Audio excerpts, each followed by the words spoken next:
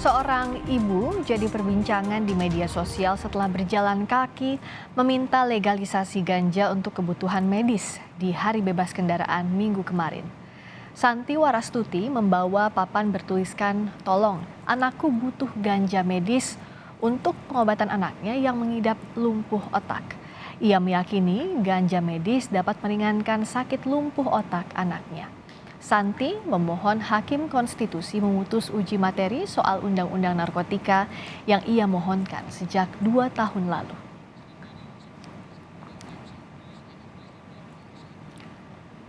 Kami bahas soal tuntutan legalisasi ganja untuk kebutuhan medis. Nanti akan segera bergabung Ibu Santi Warastuti yang viral karena membawa papan memohon legalisasi ganja medis, dan juga Profesor Zubairi Jurban, konsultan hematologi onkologi medik. Selamat sore, Prof. Zubairi. Selamat sore, Mbak. Dengan kemarin Ibu Santi viral membawa papan tolong legalisasi ganja medis. Ini sebenarnya sejauh ini seperti apa penelitiannya, Prof. Zubairi, soal ini? Saya jadi ingat pada awal dulu Rumah Sakit Kanker Darmais berdiri, waktu ada tim untuk nyeri kanker. Ya. Waktu itu saya diminta untuk ada di sana.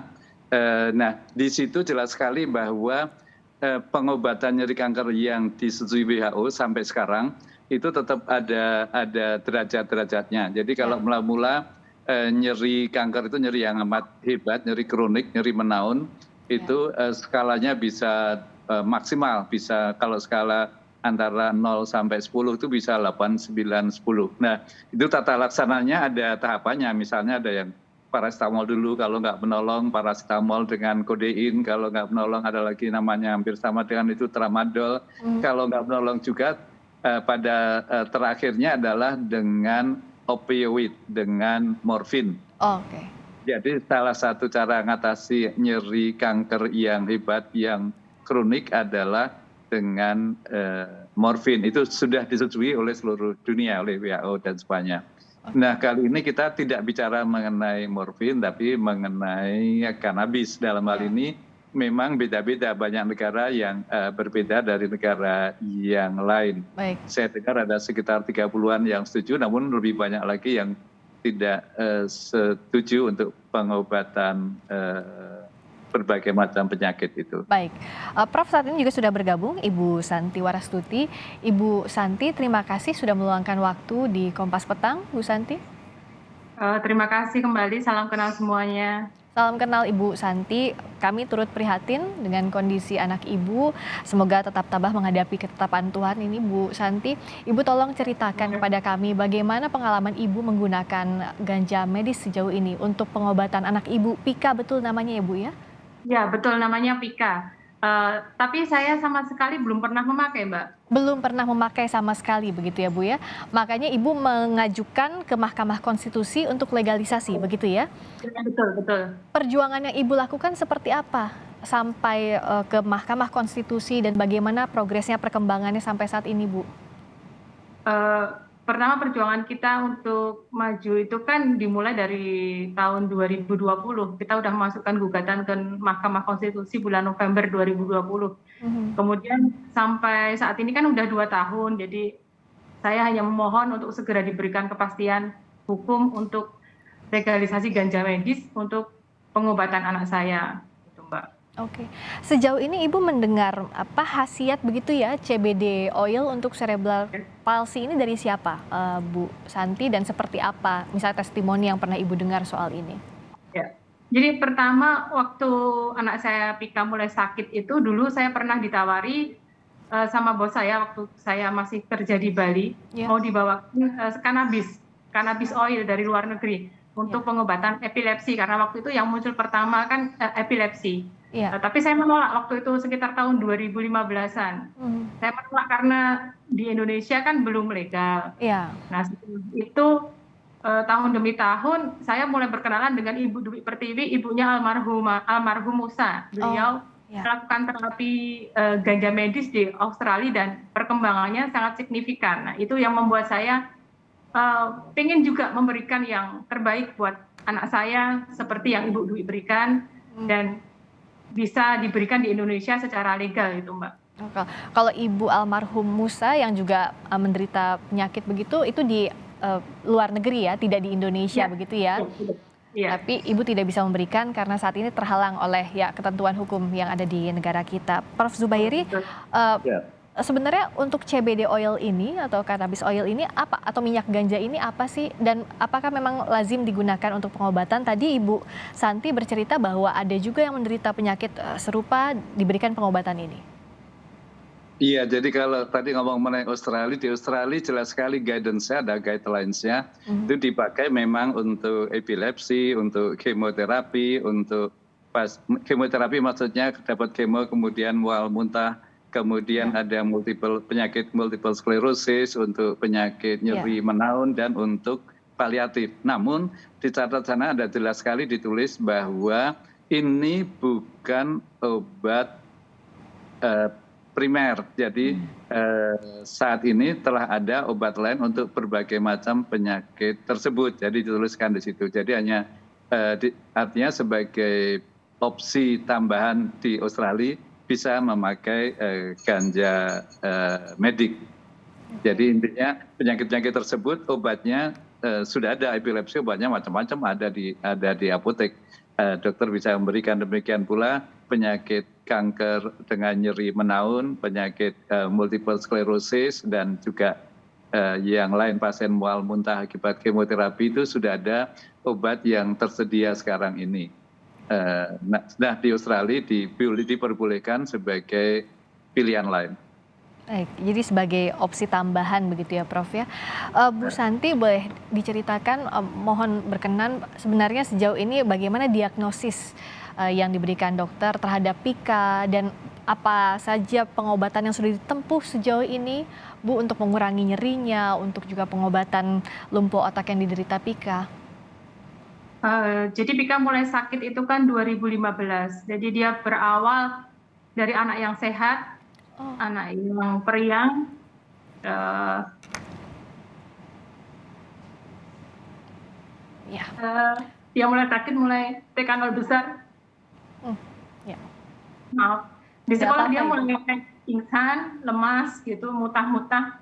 Kemudian sering eh, kita bawa pulang dari sekolah, istirahat sehari 2 hari, sehat lagi. Setelah itu muncul kejang. Muncul kejang, kita bawa ke dokter saraf anak waktu saya tinggal di Bali, ke Profesor Suwarbe.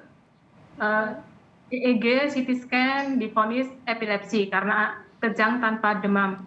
Setelah itu, sejak saat itu juga Pika mulai minum obat anti kejang. Oke. Lama-kelamaan, kejang masih ada, Iya. kemampuannya mulai menurun, motorik kasar menurun, motorik halus menurun, dia lama-lama tidak bisa jalan, sering keluar masuk rumah sakit, kejang berulang, akhirnya sampai kondisi yang seperti saat ini.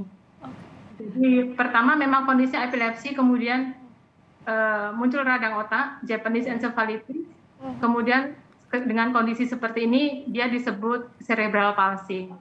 Oke. Jadi dari awal ada gejala itu usia berapa Ibu? Dan sampai dinyatakan cerebral palsy itu usia berapa? Jadi Pika mulai sakit itu TK 0 besar sekitar umur 6 menuju 7 tahun. Oke, 6 sampai 7 Kemudian tahun ya? dia mulai sama sekali tidak bisa jalan itu saya sudah pindah ke Jogja dari awal 2015. Jadi saya sejak Pika lahir saya bawa ke Bali, saya pulang ke Jogja tahun 2015 dan itu Pika masih keluar masuk rumah sakit dengan kejang berulang, dengan kondisi yang menurun. Setelah itu divonis cerebral palsy itu mungkin sekitar tahun 2017-2015 itu udah kondisinya udah kayak bayi Mbak, itu udah seperti itu, sudah cerebral palsy. Oke. Dan pengobatan yang saat ini masih berlanjut seperti apa, Ibu? Jadi Pika itu kontrol rutin tiap bulan ke rumah sakit, kita menggunakan BPJS, di sana obat-obatan memang tercover, Iya. terapi juga, fisioterapi, okupasi terapi, dan terapi wicara. Pika minum obat kejang itu 3 macam, Iya. asam valproat, carbamazepin, dan phenytoin. Mhm.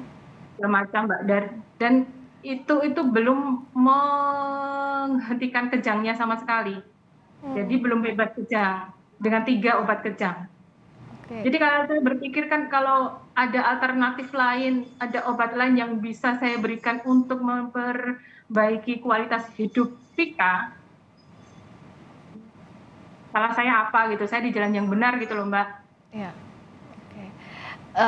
Artinya sebagai ibu, Ya. Ibu Santi ingin memberi yang terbaik yang bisa Ibu berikan begitu ya untuk mengurangi penderitaan yang dirasakan oleh Pika, kesakitan yang dirasakan begitu ya Bu ya? Iya betul Mbak. Tentu berat sekali untuk Ibu dari awalnya Pika sehat sampai ke kondisi saat ini. Prof. Zubairi, tadi Ibu Santi bercerita soal cerebral palsy yang diderita oleh Pika. Awalnya anak yang sehat, di kondisi ini Bu Santi ingin mengurangi derita yang dirasakan oleh Pika. Tentu saja seorang ibu ingin yang terbaik. Apa yang Prof. Zubairi bisa sampaikan? Pengobatan alternatif tadi yang disampaikan Bu Santi untuk mengurangi penderitaan Pika. Iya, ya pertama ikut prihatin mengenai anak Ibu Pika.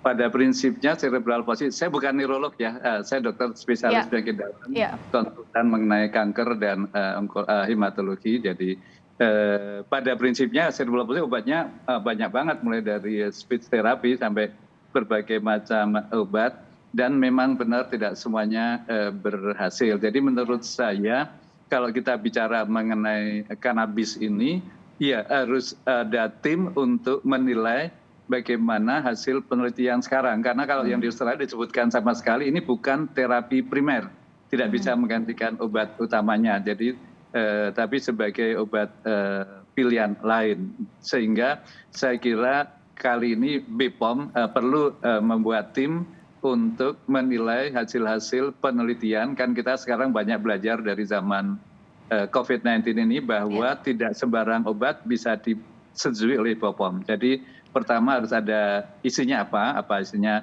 tetrahydrocannabinol, apakah yang satunya lagi, kemudian apakah uji klinik 1, 2, dan 3 memenuhi syarat tidak. Dan karena ini sudah banyak sekali dipakai di Australia, di tempat lain, jadi sudah ada post marketing surveillance ya.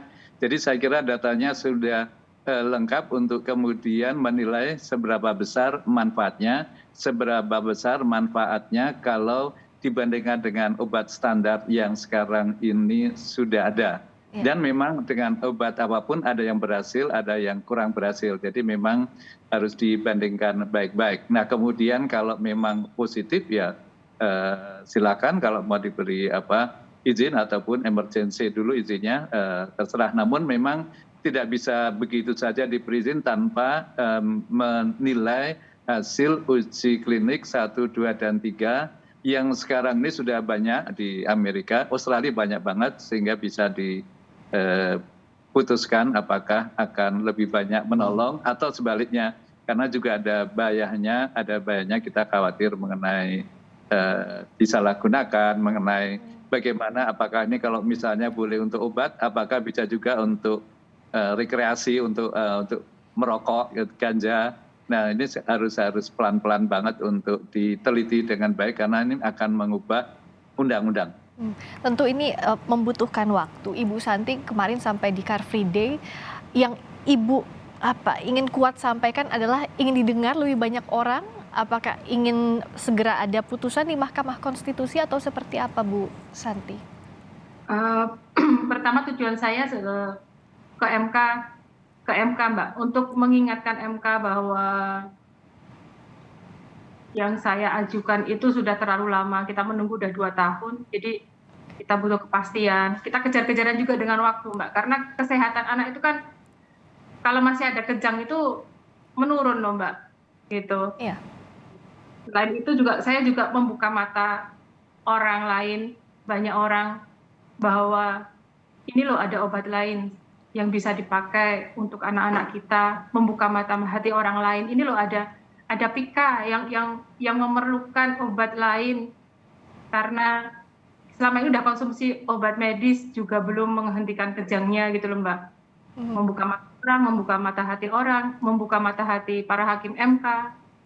Ya, Mbak, saya hanya seorang ibu yang memperjuangkan hak kesehatan anak saya. Setidaknya untuk mengurangi efek kejangnya itu ya Bu yang dirasakan oleh Pika ya sejauh ini. Iya.